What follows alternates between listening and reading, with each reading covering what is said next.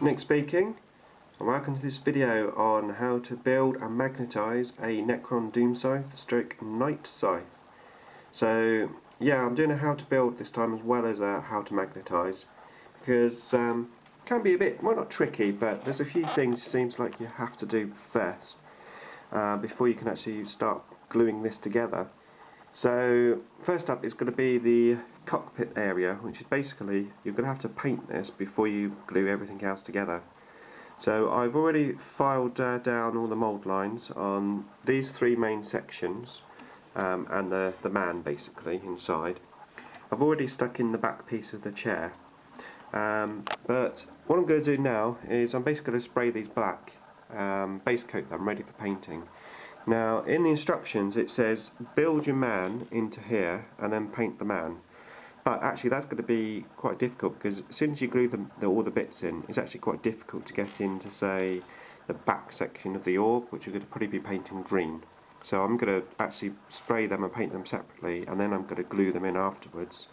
And then the other thing is when you put this big section on here, you've got to get to the back of this inside of the cockpit as well, which is going to be quite awkward.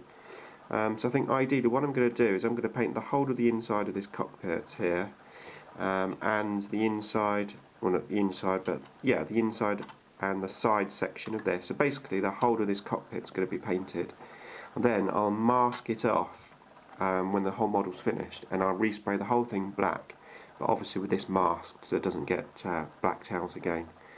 So yeah, that's what I'm going to do now. I'm going to spray them black and then I'm going to paint up that section and I'll come back. Right, there you go, so I've painted up the cockpit there. This isn't glued together because you need to basically put in the side sections before you glue it. But you can see what I've got up to so far, and how I've done it is I've painted that section there. I've painted inside the cockpit and these two pieces, and I've painted this here, the guy. Yeah, I painted it basically and then I glued it after I painted it. So now I'm going to go on to the next stage, and I'm going to assemble as much as I can up until the magnetising section. Right, there you go, so it's totally built and glued, everything that's going to be glued anyway. And I've started to build the guns that go underneath. Now funnily enough, this is the piece that actually you think you would have to magnetise. The ray gun, or death ray, and the portal. But in actual fact they fit in here a treat without actually having to magnetise them. They're going to push in, no problem at all, which is fantastic, so I'm really happy with that. Same with this one, it just pushes in, doesn't fall out. It's fantastic, especially when you've painted it as well. You know, put your base paint on, it's going to go in there a treat. So no magnetisation for that. But here we go. This, the Tausa Destructor. Now, if you're anything like me, when I get a weapon destroyed, if somebody takes off a weapon, I like to be able to take it off. So that is what I'm going to do with these. I'm going to magnetise these. So now normally they would just fit in like so, basically, and you just glue them in. But I'm going to have a go at magnetising them. So what I'm going to do is I'm going to, because the fittings is quite small here, it's difficult to drill a hole out and actually put a magnet in.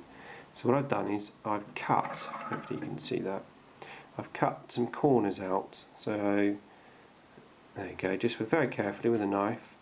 So that's the normal one, and that's the one that I've cut. And I'm going to put my 2 by 1mm magnets. I'm going to put basically one in here, and then I'm going to put one in the very edge here, the opposite way round, and magnetise it. Hopefully that's going to be strong enough. We'll find out. If it's not strong enough, then I'll put one in here as well. But I think that should do the trick. So I'm just going to do that and I'll come back. Okay, so that's the 2 magnets just in there, and also just in the gun. I'll put a link below in the description where you can get hold of some magnets, well, a UK supplier anyway. So that fits in there quite nicely actually. It is powerful enough to stay there, but there's a little bit of movement this way, so I am going to drill a hole out with my 2mm drill just in there and just in there, just to give it some extra support basically. But yeah, just going back to the big gun, because these are all dry now so I can actually play with them properly. But they really do push in there quite nicely, and they're actually quite difficult to get out. The same with this really. This was all wet and I demonstrated it before, so it was more awkward. But yeah, it's pretty powerful, so there's no need for a magnet there. Okay, so I'm going to drill a hole in here and the other side, do that magnet. I'll do the other side as well, and then I'll come back. Okay, so yeah, I've done that. Magnets in all those areas, and now on both guns. Now whilst they're drying, just a very quick chat about masking off these.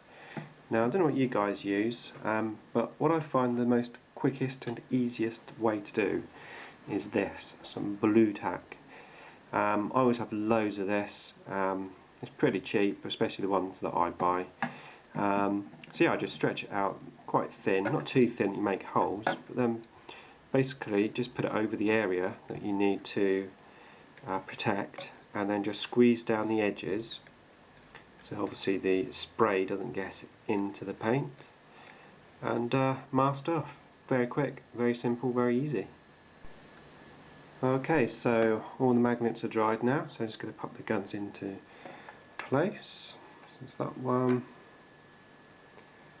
and that one, and they hold very well, no problem there.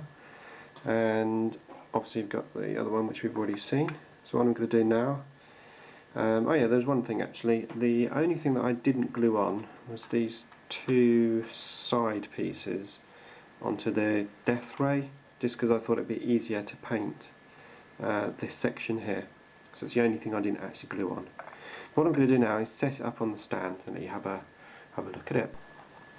Okay, there you go. There it is as a Doom Scythe. It's looking pretty sweet, I have to say. I actually quite like the back of it. Those jet engines, whatever they are, they look pretty funky. I'm very happy with this model. I think it looks pretty amazing, and I really look forward to painting it. Bit of a quandary with my tanks. I've sprayed everything white today, so I am going to be painting those, but well, how can I resist this day? Hopefully it won't take me too long though. So I'm just going to turn it over into the night scythe and let you have a look at that. And there you go, so there's the night scythe, and obviously it's got its portal. Look better I think when it's painted, of course. And obviously the great thing now, if somebody gets weapon destroyed, they'll say I want the twin linked destructor on. You can just say yeah, no problem, take them off. There you go, representation, brilliant. So that's how I've done mine. I hope you enjoyed that, and if you're guessing one of these or you have one of these, I hope you enjoy building it as much as I have. Thanks for watching.